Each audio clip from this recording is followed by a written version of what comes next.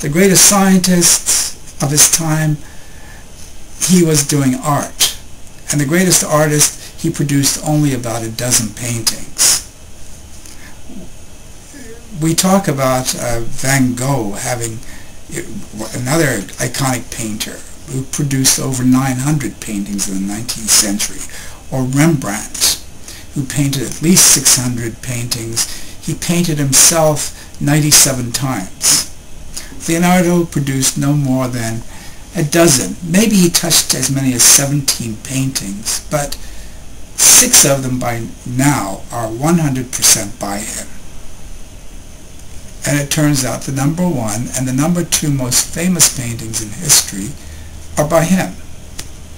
No one will argue that the Mona Lisa and the Last Supper, you take them in either order, are the most famous. A few years ago I gave a talk to my granddaughter's first grade class. She's in a Spanish immersion program. There were all these Hispanic children in the room, and when I flashed the picture of the Last Supper, they all chimed in, "We have that in the dining room." I suspect in Latin American countries it is the most famous painting.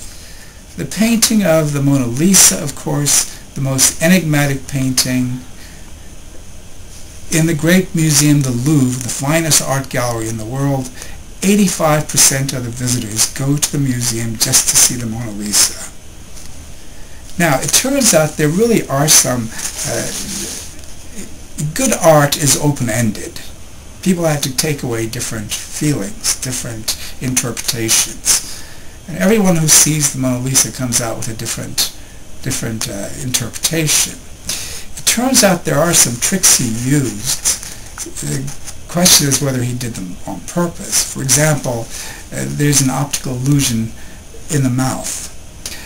When my last book came out, Math and the Mona Lisa, I was interviewed on NPR on Science Friday with Ira Flatow, and the other person who was being interviewed simultaneously was a very fine neurologist at Harvard University, Margaret Livingston. She had discovered this optical illusion in the mouth. If you look directly at the mouth, the smile disappears. If you look a few degrees away from the mouth, the smile comes back. It's an optical illusion. She proves this by setting up a matrix of lines, horizontal and vertical lines, and depending on where you look, you see spots at those intersections. You see, that's the optical illusion.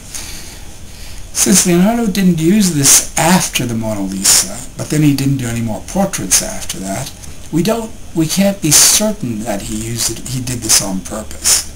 But knowing Leonardo, there's no accident. He knew what he was doing. Then afterwards, in the background in the Mona Lisa, the horizon is not level. One side is higher than the other. Now this causes an unsettling effect, and you go back and forth. It's a hypnotic trick. You're going back and forth across those eyes and that mouth. One thing that came out rather recently, this is, of course, the book Leonardo's Universe, which I published with my good friend and co-author Keith Wamsley. Keith was a classicist. He was trained in English and classics at Cornell. He was taking a graduate class called Character of Physical Law with me.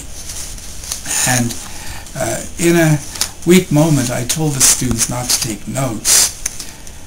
I was up till 3 or 4 every morning with my laptop writing the notes. They became the seeds of that book, Math and the Mona Lisa. But in the Mona Lisa, there are these symmetries and tricks I want to show you. Okay, and in the Mona Lisa, of course, there's this slightly twisted face. The body's turned slightly to the left, and the head is turned slightly to the right. It gives it more dynamism and dimensionality. But you see the horizon not being level in the background.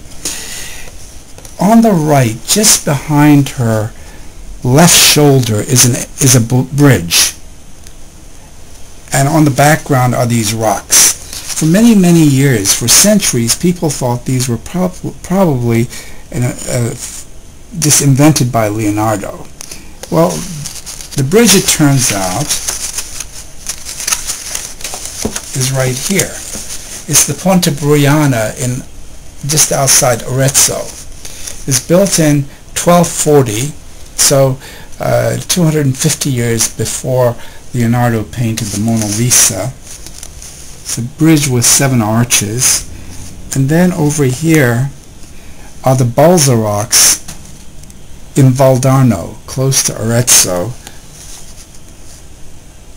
places that Leonardo frequently visited in his days both in Florence and in Arezzo. He was like some of the other great artists to follow. He practiced this thing, putting one eye of the subject right on the central line.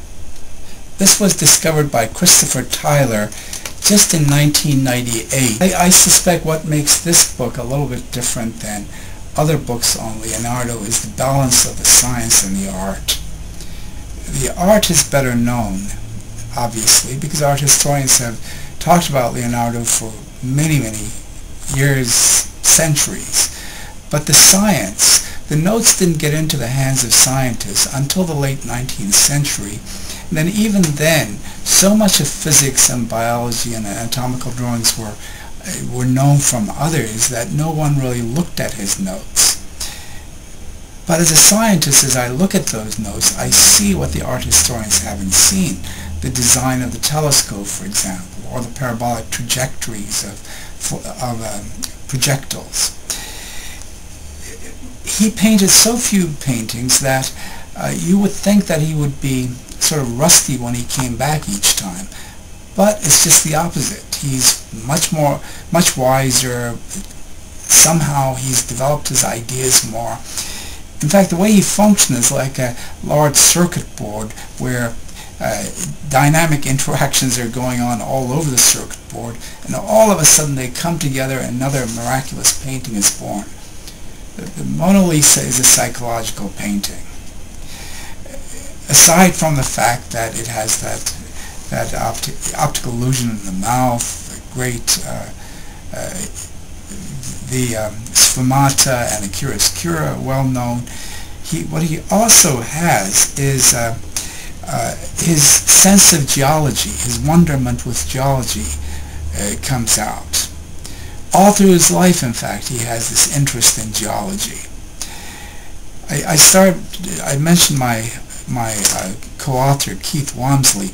He was a businessman until he took this course, and he became my copy editor on the last book.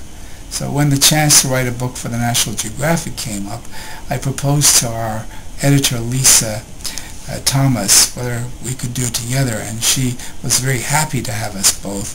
And Keith Wamsley left business and became a teacher, an underpaid teacher at a private school. I think he makes 40% or 30% of what he did as a businessman, but he loves it.